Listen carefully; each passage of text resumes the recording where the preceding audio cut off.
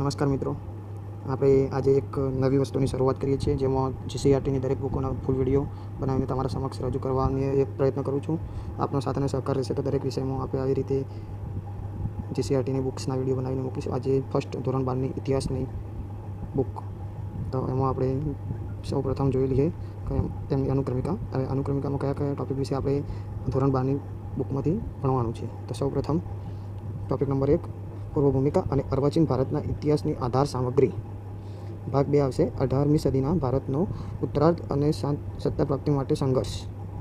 ભાગ 3માં આવશે ભારતમાં યુરોપિયનોનું આગમન. 4માં આવશે ભારતમાં ઈસ્ટ ઇન્ડિયા કંપનીનું વહીવટી માળખું. 5માં આવશે 1857નો ભારતનો સંગ્રામ. 6માં આવશે કંપનીની શાસનની આર્થિક અસરો. 7માં આવશે સામાજિક અને ધાર્મિક સુધારણાની ચળવળો. 8માં આવશે આંતરરાષ્ટ્રીય આંદોલનો 1957થી 1919ના. 9માં આવશે સ્વરાજ માટેનો સંઘર્ષ 1919થી 1947 સુધીનો. 10માં આવશે પ્રગતિનો પંથ અને સુદૃઢ રાષ્ટ્રીય નિર્માણની પ્રક્રિયા. 11માં આવશે આધુનિક યુગનો આરંભ. 12માં આવશે 19મી સદીના અંતે વિશ્વની સ્થિતિથી પ્રથમ વિશ્વયુદ્ધના અંત સુધી. 13મા નંબરમાં આવશે ઈસવીસન 1919થી 1939 વચ્ચેનું વિશ્વ. 14મા નંબરમાં દ્વિતીય વિશ્વયુદ્ધ 1939થી 1945. 15મા નંબરમાં દ્વિતીય વિશ્વયુદ્ધ. 14મા નંબર દ્વિતીય વિશ્વયુદ્ધ 1939થી 1945. 15મા નંબરમાં દ્વિતીય વિશ્વયુદ્ધ પછીનું વિશ્વ. 16મા નંબરમાં સમકાલીન વિશ્વમાં રાજનીતિક, અર્થકારણ અને સમાજ. 17મા નંબરમાં વિજ્ઞાન અને ટેકનોલોજીને લીધે સમાજ અને સંસ્કૃતિમાં આવેલા પરિવર્તનો. ઓકે મિત્રો, તો હવે આપણે સૌપ્રથમ પહેલાં જ ટૉપિકની ચર્ચા કરીશું. આ લેક્ચર થોડું લોંગ રહેશે, એટલે તમે એ પ્રમાણે ટાઈમ લઈને બેસજો. સૌપ્રથમ પૂર્વ ભૂમિકા અને અર્વાચીન ભારતના ઇતિહાસની આધાર સામગ્રી. ઐતિહાસિક સાધન સામગ્રી, દસ્તાવેજ વગેરે વિના આપણે ઇતિહાસ જાણી શકતા નથી. તેથી તો કહેવાયું છે કે દસ્તાવેજ નહીં તો ઇતિહાસ નહીં. આ ઐતિહાસિક સામગ્રી વિભિન્ન પ્રકારની હોય છે. તે અલેખિત અર્થાત પુરાતત્વીય અને લેખિત એટલે કે સાહિત્યિક હોઈ શકે. એ ઉપરાંત તેમજ અન્ય અભિલેખિત સામગ્રી કે જે લેખિત બાબતો સાથે સંકળાયેલ હોય તેનો પણ અત્રે સમાવેશ કરી શકાય. ઇતિહાસકાર આવી વિભિન્ન સામગ્રીનું અધ્યયન કરી તેમાંથી સત્ય તારવી આપણી સમક્ષ મૂકે છે. ઇતિહાસ લેખન માટે ઇતિહાસકાર ઘણા બધા સામાજિક વિજ્ઞાનો જેમ કે સમાજશાસ્ત્ર, રાજ્યશાસ્ત્ર, અર્થશાસ્ત્ર, ભૂગોળ, માનવશાસ્ત્ર પણ આધાર લે છે. એ જ રીતે તે કેટલાક પ્રાકૃતિક વિજ્ઞાનો જેમ કે ભૌતિકશાસ્ત્ર, રસાયણશાસ્ત્ર, જીવશાસ્ત્ર, પુરાતત્વશાસ્ત્ર, નૃવંશશાસ્ત્રનો સહયોગ પણ પ્રાપ્ત કરે છે. આ પૈકી પુરાતત્વશાસ્ત્ર અને ભૂગોળના સહયોગપૂર્ણ વિકાસથી ઇતિહાસ લેખનનું ઘણું સમૃદ્ધ બન્યું છે. ઇતિહાસમાં સમય અને સ્થાનનું અનેરું મહત્ત્વ હોવાથી ભૂગોળને ઇતિહાસની આંખ તરીકે ઓળખવામાં આવે છે. નેપોલિયનની પ્રસિદ્ધ યુક્તિ છે કે તમે મને કોઈપણ રાષ્ટ્રની ભૂગોળ વિશે સમજાવો, હું તમને રાષ્ટ્રનો ઇતિહાસ જણાવીશ. આવા વિવિધ વૈજ્ઞાનિકોની સાથે સાથે ઇતિહાસકારો મૌખિક પરંપરાઓના અધ્યયન દ્વારા પણ ઇતિહાસ જણાવવાનું જણાવે છે. માટે જ કહેવાયું છે કે ઇતિહાસ માનવ જીવનની પ્રયોગશાળા છે. ભારતમાં સંપૂર્ણ ઇતિહાસમાં આધુનિક ભારતનો ઇતિહાસ અને એમાં 3 સ્વાતંત્ર્ય સંગ્રામ દરમિયાન દેશની વિદેશ શાસનમાંથી મુક્ત અર્થે થયેલી અનેક ચળવળો ખૂબ જ મહત્ત્વ ધરાવે છે. પ્રજાની સંવેદના, પીડા અને બલિદાન સાથે એ મહાન મુક્તિ સંગ્રામ જોડાયેલા હોવાથી અત્રે લગભગ 200 વર્ષની અંગ્રેજોની ગુલામીમાંથી મુક્ત થવાની મથામણના આપણે સૌ આ પુસ્તકમાં સમાવિષ્ટ પ્રકરણોમાં સાક્ષી થવાના છીએ. અર્વાચીન ભારતનો ઇતિહાસ જાણવા માટેની ઐતિહાસિક સામગ્રી મોટા પ્રમાણમાં મળી આવી છે. ભારતમાં રાષ્ટ્રીય અભિલેખાગાર દિલ્હી અને રાજ્ય કક્ષાએ ગાંધીનગર આવેલા અભિલેખાગારમાં આ માહિતી સંગ્રહ કરવામાં આવ્યો છે. તેમાંથી આધુનિક ભારતની રાજકીય, સામાજિક, આર્થિક અને સાંસ્કૃતિક સ્થિતિ પર પ્રકાશ પથરાતા દસ્તાવેજો, ગ્રંથો અને પુસ્તકોનો સમાવેશ થાય છે. 18મી, 19મી અને 20મી સદીના પૂર્વોત્તરને લગભગ 200 વર્ષોની સમયગાળો ઇતિહાસ લેખનની દ્રષ્ટિએ મહત્વપૂર્ણ છે. આ સંદર્ભે ભારતમાં આવેલી વિદેશી કંપનીઓ અને તેમની સાથે સંકળાયેલી માહિતીઓ એ આ આધાર સામગ્રીમાંથી આપણને અલગ તારવીએ છીએ. એ માટે જરૂરી કેટલીક માહિતી ક્રમબદ્ધ રીતે નીચે પ્રમાણે જોઈ શકાય છે. સૌપ્રથમ પોર્ટુગીઝ સાધન સામગ્રી. પોર્ટુગીઝ નાવિક વાસ્કો દી ગામા ભારતમાં આવ્યો ઈસવીસન 1998માં. ત્યારથી લઈને 1963 સુધીની પોર્ટુગીઝ ઇતિહાસ સાથે સંકળાયેલ સાધન સામગ્રીનો અત્રે સમાવેશ થાય છે. આ સમયને લગતા મહત્ત્વપૂર્ણ દસ્તાવેજો ભારતમાં પોર્ટુગીઝનું મુખ્ય મથક બનેલા ગોવામાંથી મળે છે. સાથે સાથે તત્કાલીન પોર્ટુગીઝ શાસનતંત્ર દ્વારા ભારતીય પોર્ટુગીઝ કંપનીનો પત્રવ્યવહાર અને દસ્તાવેજોનો સમૂહ પોર્ટુગલના પાટનગર લિસ્બન ખાતે સંગ્રહિત કરવામાં આવ્યો છે.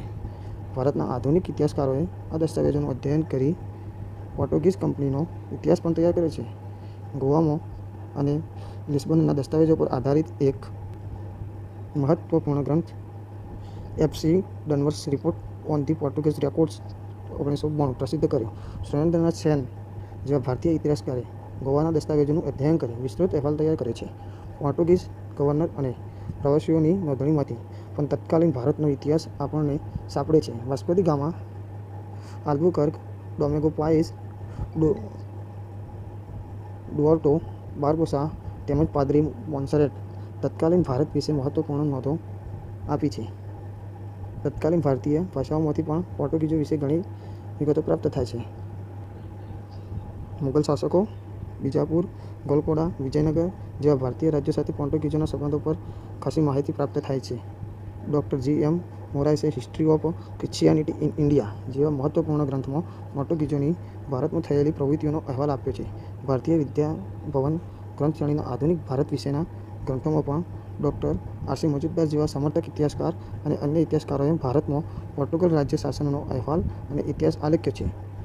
મુંબઈ ગેઝેટેરિયન અને કેમ્બ્રિજ ઇન્ડિયન હિસ્ટ્રી ગ્રંથ શ્રેણીમાં પણ ભારતમાં પોર્ટુગીઝોની રાજકીય અને આર્થિક પ્રવૃત્તિઓની વિપુલ માહિતી મળે છે. પોર્ટુગીઝ કંપનીમાં એસ્ટાડોડા ઇન્ડિયા તરીકે ઓળખાતી હતી. તેના ભારતીય શાસનકર્તાઓ સાથે થયેલી પત્ર વ્યવહારોમાંથી પણ મહત્વપૂર્ણ ઐતિહાસિક સામગ્રી પ્રાપ્ત થાય છે. પ્રથમ ડચ સાધન સામગ્રી વીઓસી વેરેનિસી ઈસ્ટ ઇન્ડીઝ કંપનીના તરીકે ઓળખાતી ઈસ્ટ ઇન્ડિયા કંપનીના ભારત સાથેના સંબંધની ઐતિહાસિક માહિતી તેના મુખ્ય મથક બટાવિયામાંથી મોટા પ્રમાણમાં ઉપલબ્ધ થાય છે. એમ્સ્ટર્ડમના કેન્દ્રીય અભિલેખાગારમાંથી પણ ભારત સાથેના દર પ્રજાના રાજકીય અને વ્યાપારિક સંબંધોની માહિતી મળે છે. વળી કોચીન, ચિન્સુરા, કોલંબો, હેગ અને રીગા જેવા ભારતીય અને વિદેશી કેન્દ્રોના દફતરોમાંથી પણ ડચ ઈસ્ટ ઇન્ડિયા કંપની વિશે ઐતિહાસિક સામગ્રી પ્રાપ્ત થાય છે. Sri Lanka, Colombo, Dutch East India કંપનીના 8,000 કરતાં વધારે દસ્તાવેજો મળી આવ્યા છે. ક્રુસિયર, ગેલેટિન બર્ગ અને ગ્રુટ જેવા ઇતિહાસકારોએ આ કંપની સાથે સંકળાયેલા લગભગ 15 જેટલા આધુનિક ગ્રંથો સંપાદન કર્યા છે. ફ્રેન્ચ સાધન સામગ્રી ફ્રેન્ચ ઈસ્ટ ઇન્ડિયા કંપની સાથે સંકળાયેલા મહત્વપૂર્ણ દસ્તાવેજો ફ્રાન્સના પેરિસમાં આવેલા કેન્દ્રીય અભિલેખાગારમાં જળવાયા છે. ભારતમાં તેમની મહત્વપૂર્ણ પ્રવૃત્તિઓ ચેન્નઈ, મૈસૂર, હૈદરાબાદ સાથે સંકળાયેલી હતી. તેના સરકારી અભિલેખાગારોમાં આ કંપનીની પ્રવૃત્તિઓનો ઇતિહાસ સાંપડે છે. 17મી અને 18મી સદીઓમાં ભારતમાં આવેલા બર્નિયર, ટેવર્નિયર અને થેવેનો જેવા ફ્રેન્ચ પ્રવાસીઓની પ્રવાસ નોંધોમાંથી પણ આ સમયનો ઇતિહાસ અને ખાસ તો ભારતીય આર્થિક પરિસ્થિતિનો ચિતાર મળી આવે છે. ઇન્ડિયા ઓફિસ લાઇબ્રેરી લંડન અને દિલ્હીના રાષ્ટ્રીય અભિલેખાગારમાં આ કંપનીને લગતા દસ્તાવેજો સંગ્રહિત છે. આધુનિક ગ્રંથોના જે.બી. મેલેસનના પુસ્તક history of the French in India મહત્વપૂર્ણ છે. આ સિવાય ડોડવેલનું મદ્રાસ આજ્ઞાપત્રોનું કેલેન્ડર તથા ડુપ્લે એન્ડ ક્લાઇવ ગ્રંથોનો અગત્યના છે. હિલ અને ફોરેસ્ટ જેવા લેખકોએ પણ મહત્વપૂર્ણ કાર્ય કરી છે. લોરેન્સનો ગ્રંથ એંગ્લો ફ્રેન્ચ વોર મહત્વપૂર્ણ ઐતિહાસિક સામગ્રી આપે છે. આનંદ રંગ પિલાઈની નોંધો અને એંગ્લો ફ્રેન્ચ વોરને 12 ગ્રંથોમાં પ્રસિદ્ધ કરવામાં આવી છે. વિલ્કન્સને લખેલ દક્ષિણ ભારતના ઇતિહાસની રૂપરેખા પણ ઐતિહાસિક સામગ્રી ધરાવતો ગ્રંથ હોવાથી પર્યાપ્ત માહિતી પૂરી પાડે છે. બ્રિટિશકાલીન સાધન સામગ્રી ભારતમાં બ્રિટિશની ઈસ્ટ ઇન્ડિયા કંપનીનું 1757 થી 1857 શાસન રહ્યું છે. ત્યારબાદ 1857 થી 1947 બ્રિટિશ તાજનું શાસન રહ્યું. ભારત પર લગભગ 200 વર્ષ જેટલા લાંબા સમય સુધી બ્રિટિશરોએ શાસન ચલાવ્યું હોવાથી બ્રિટિશકાલીન ઇતિહાસ જાણવા મોટા પ્રમાણમાં ઐતિહાસિક દસ્તાવેજો પ્રાપ્ત થયા છે. લંડનમાં ઇન્ડિયા ઓફિસ પુસ્તકાલયમાં ભારતને જાણવા માટે લગભગ 50,000 જેટલા ગ્રંથો બ્રિટિશકાલીન આવેલા છે. એટલું જ નહીં, દિલ્હી સ્થિત ભારતના રાષ્ટ્રીય અભિલેખાગારમાં પણ બ્રિટિશકાલીન ભારત સાથે સંકળાયેલા અનેક દસ્તાવેજો મળી આવે છે. ભારતના મોટાભાગના વિસ્તારોમાંથી 1857 સુધીમાં બ્રિટિશ શાસન સ્થપાઈ જતાં વિભિન્ન ભારતીય પ્રદેશોમાં આવેલા અભિલેખાગાર અને પુસ્તકાલયોમાં ઘણા બધા ગ્રંથો સંગ્રહિત થયા છે. આધુનિક ભારતીય તેમજ તત્કાલીન અંગ્રેજ ઇતિહાસકારોએ પણ બ્રિટિશકાલીન ભારત પર મહત્વપૂર્ણ ગ્રંથો લખ્યા છે. અંગ્રેજ ઇતિહાસકારો અને લેખકો V A. Smith, P E. Roberts, Thomson and Garrett, sir William Jones, colonel Tod, Alexander Forbes, viceroy Curzon, colonel Walker તથા જે.ડબલ્યુ. વોટસનનો સમાવેશ થાય છે. થોમ્સન એન્ડ ગેરેટે કેમ્બ્રિજ હિસ્ટ્રી ઓફ ઇન્ડિયા નામના ગ્રંથમાં બ્રિટિશકાલીન ભારતનું આલેખન કર્યું છે. ભારતમાં ઈસ્ટ ઇન્ડિયા કંપનીના શાસનકર્તાઓ ઉપર પણ ઘણા બધા પુસ્તકો પ્રકાશિત થયા છે. ક્લાઇવ અને વોરન હેસ્ટિંગ જેવા શરૂઆતના ગવર્નર જનરલના જીવન અને કમન વિશે સારા એવા પુસ્તકો લખાયા છે. જે રીતે Cornwallis, Wellesley, William Bentinck, Auckland, Ellenborough, Dalhousie, Lytton, Ripon, Curzon અને માઉન્ટ બેટન વિશેના જીવન અને કમન વિશે પણ પુસ્તકો લખાયા છે. આ પુસ્તકોમાં ગવર્નર જનરલ કે વાઇસરોયની ભારતીય નીતિ વિગતે ચર્ચા કરવામાં આવી છે, જેમાં તેમના વિભિન્ન સુધારા અને સામ્રાજ્ય નીતિનો સમાવેશ થાય છે. આ ક્ષેત્રે બ્રેડન ફુલવેલનું land system of British India મહત્વપૂર્ણ ગ્રંથ ગણાય છે. ઈસવીસન 1857ના મહાવિદ્રોહને લગતી સાધન સામગ્રી. ભારતમાં 1857ના મહાવિદ્રોહ વિશે ખાસ કરીને સ્વતંત્રતા બાદ મોટા પ્રમાણમાં ઐતિહાસિક સાહિત્ય રચાયું છે. આ મહાવિદ્રોહ સાથે સંકળાયેલા દસ્તાવેજો ભારતીય પુરાતત્વ ખાતા તેમજ લંડનની કોમનવેલ્થ કચેરીના ગ્રંથાલયોમાં સંગ્રહિત છે. આ મહાવિદ્રોહ વિશે સૌપ્રથમ 1859 સર સૈયદ અહમદે લખાણ કર્યું હતું. ત્યારબાદ વીર સાવરકરે 1857ના મહાવિદ્રોહને ભારતનો પ્રથમ સ્વતંત્ર સંગ્રામ આલેખતું પુસ્તક લખ્યું હતું. સુરેન્દ્રનાથ સેને સૌથી મહત્વપૂર્ણ કહી શકાય તેવો 1857 નામનો ઐતિહાસિક ગ્રંથ લખ્યો. સ્વાતંત્ર્યોત્તર ભારતમાં આ મહાવિદ્રોહ વિશે ખૂબ મોટા પાયે સંશોધનો થયા છે, જેમાં આર.સી. મજુમદાર જેવા સમર્થક ઇતિહાસકારે ધ સિપોય મ્યુટિની ઓફ ઇન્ડિયા 1857 લખ્યું. એસ.બી. ચૌધરી, બિપિનચંદ્ર સુમિત સરકાર જેવા ભારતીય ઇતિહાસકારોએ આ મહાવિદ્રોહ વિશે મહત્વપૂર્ણ ગ્રંથો લખ્યા છે. 1857ના મહાવિદ્રોહ વિશે મહાન સામ્યવાદી ચિંતક કાર્લ માર્ક્સ અને ઇંગ્લેન્ડના વડાપ્રધાન ડિઝરાયલીએ લખેલું લખાણ સૌથી મહત્વપૂર્ણ છે. આ મહાવિદ્રોહ વિશે અંગ્રેજ ઇતિહાસકારોએ પણ ખાસું કામ કર્યું છે. જે.ડબલ્યુ. કેચીએ અને કર્નલ જી.બી. મોલેસને history of the sepoy war લખ્યું છે. જ્હોન કે અને સિકિયર પણ આ મહાવિદ્રોહ વિશે મહત્વપૂર્ણ ગ્રંથ લખ્યા છે. ગુજરાતમાં 1857ના મહાવિદ્રોહ સંદર્ભે ડૉ. આર.કે. ધારૈયાએ અગત્યનો સંશોધન ગ્રંથ પ્રસ્તુત કર્યો છે. બ્રિટિશ તાજના શાસનકાળને લગતી ઐતિહાસિક સાધન સામગ્રી. ભારતમાં 1857ના મહાવિદ્રોહ પછી તાજના શાસનનો પ્રારંભ થયો. ત્યારથી લઈને સ્વતંત્રતા સુધીના સમયગાળામાં અંગ્રેજોની વિભિન્ન નીતિનું બયાન કરતા અનેક પુસ્તકો લખાયા છે. તેમાં વી. એસ. સ્મિથનું Oxford history of the India, P E. રોબર્ટ્સનું history of the British India અને થોમ્સન એન્ડ ગેરેટનું rise and fulfilment British rules in India અગત્યના ગ્રંથો ગણાવી શકાય. ભારતના બંધારણીય ઇતિહાસને ઉજાગર કરતા ગ્રંથોમાં એસ.સી. બેનર્જી કૃત ઇન્ડિયન કોન્સ્ટિટ્યુશનલ ડોક્યુમેન્ટ્સ એ. બી. કીથનું ભારતનો બંધારણીય ઇતિહાસ અગત્યનો ગ્રંથ છે. સ્વાતંત્રતા સંગ્રામ દરમિયાનની સાધન સામગ્રીઓ. ભારતીય સ્વતંત્રતા સંગ્રામ અને આ સંગ્રામમાં મહાન નેતાઓ ઉપર પ્રચુર માત્રામાં પુસ્તકો, ગ્રંથો, દસ્તાવેજો, વર્તમાનપત્રો જેવા સ્વરૂપે સાધન સામગ્રી મળે છે. દાદાભાઈ નવરોજીના પુસ્તક poverty and British rule in India તેમજ રોમેશચંદ્ર દત્તના ઇકોનોમિક હિસ્ટ્રી ઓફ ઇન્ડિયાથી તેની શરૂઆત થાય છે. પટ્ટાભી સીતારામૈયાના ગ્રંથ history of India, Indian nation Congress તેમજ ડૉ. તારાચંદના ફ્રીડમ મૂવમેન્ટ ઓફ ઇન્ડિયાના ગ્રંથો આ ક્ષેત્રે મહત્વપૂર્ણ છે. આધુનિક ભારતીય ઇતિહાસકારોએ સ્વતંત્રતા સંગ્રામ વિશે 1950 પછી વિભિન્ન દૃષ્ટિકોણથી ભારતીય સ્વતંત્રતાનો ઇતિહાસ રાષ્ટ્ર સમક્ષ મૂક્યો છે. આ મહત્વપૂર્ણ ગ્રંથોમાંથી ભારતીય વિદ્યાભવન ગ્રંથ શ્રેણીનો સમાવેશ થાય છે. આર.સી. મજુમદારના વડપણ હેઠળ સમગ્ર ભારતનો ઇતિહાસ લગભગ 12 જેટલા ભાગોમાં પ્રકાશિત કરવામાં આવ્યો છે. સુમિત સરકાર, બિપિનચંદ્ર રજની પામદત્ત, પંડિત સુંદરલાલ, અમલેન્દુ ગુહા જેવા મોટા ગજાના ઇતિહાસકારોએ સ્વતંત્રતા સંગ્રામ પર મહત્વપૂર્ણ ગ્રંથો લખ્યા છે. જો રાજા રામમોહન રાયથી લઈને મહાત્મા ગાંધી સુધીના મહાન ભારતીયો વિશે પણ મહત્વપૂર્ણ પુસ્તકો લખાયા છે. નગેન્દ્રનાથ ગુપ્તાનું પુસ્તક 7 લાઇવ્સ આ ક્ષેત્રે મહત્વપૂર્ણ ગણી શકાય. મહાત્મા ગાંધીના જીવન અને કવક વિશે કદાચ સૌથી વધારે લખાયું છે. મહાત્મા ગાંધીના પત્રવ્યવહારો અને તેમના વિચારો અંગે લગભગ 100 ગ્રંથોમાં નવજીવન પ્રકાશને ગાંધીજીનો અક્ષરદેહ નામે પ્રકાશન કર્યું છે. ગાંધીજીની આત્મકથા સત્યના પ્રયોગો પણ એટલો જ મહત્વપૂર્ણ ગ્રંથ ગણાવી શકાય. મહાદેવભાઈ દેસાઈએ ગાંધીજીની જીવનચર્યાને 40 જેટલા ભાગોમાં મહાદેવભાઈ ડાયરી શીર્ષક તરીકે આવરી લીધી છે. ગાંધીજીના જીવન અને કવક પર રોમારુલા નારાયણ દેસાઈ મનુ ગાંધી, જવાહરલાલ નહેરુ, સરદાર પટેલ અને ડૉક્ટર આંબેડકરે પણ મહત્વપૂર્ણ ઐતિહાસિક ગ્રંથો લખ્યા છે. લેપિન્સ અને કોલિયરે અડધી રાત્રે આઝાદી જેવા મહત્વપૂર્ણ ગ્રંથો લખ્યા છે. તો રામચંદ્ર ગુહાએ ઇન્ડિયા આફ્ટર ગાંધી અને બિપિનચંદ્રએ સ્વતંત્રતા કે બાદ કા ભારત જેવા અગ્રીમ ગ્રંથો લખ્યા છે. પ્રાદેશિક ઐતિહાસિક સાધન સામગ્રી. ભારતમાં વિભિન્ન પ્રદેશોમાં થયેલી સ્વાતંત્ર્ય સંગ્રામની ચળવળોનો ઇતિહાસ પણ મોટા પ્રમાણમાં લખાયો છે.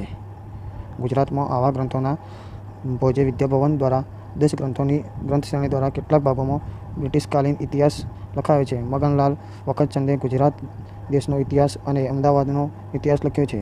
એલેક્ઝાન્ડર ફાર્બસે રસમાળામાં ગુજરાતનો ઇતિહાસ આલેખ્યો છે. તો કર્નલ તોડે ટ્રાવેલ્સ ઇન વેસ્ટર્ન ઇન્ડિયામાં રાજસ્થાન અને ગુજરાતના પ્રવાસ વર્ણનોની નોંધ કરી છે.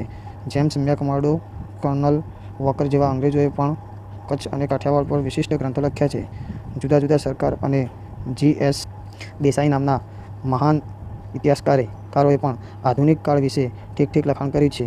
ગાયકવાડી શાસન અને કચ્છ તથા કાઠિયાવાડમાં દેશી રાજ્યો સાથે સંકળાયેલા અનેક ખતપત્રો પણ આ સમયનો ઇતિહાસ પૂરો પાડવા મદદરૂપ થાય છે. વર્તમાનપત્રો અને સામયિકો.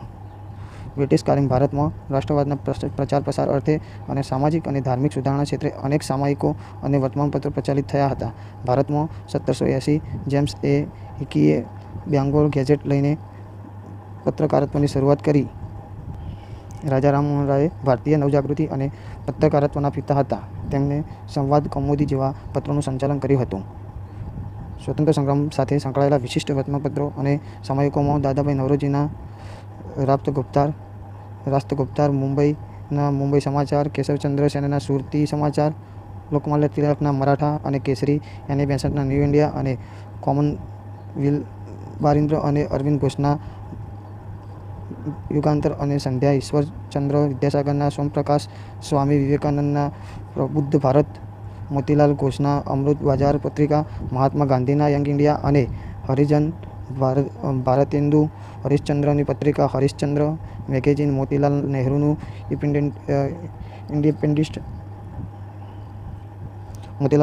ઇન્ડિપેન્ડન્સ, મૌલાના આઝાદનું અલ હિલાલ તેમજ હિન્દુસ્તાન ગદર પાર્ટીનું ગદર સૌથી મહત્વ. સિક્કાઓ.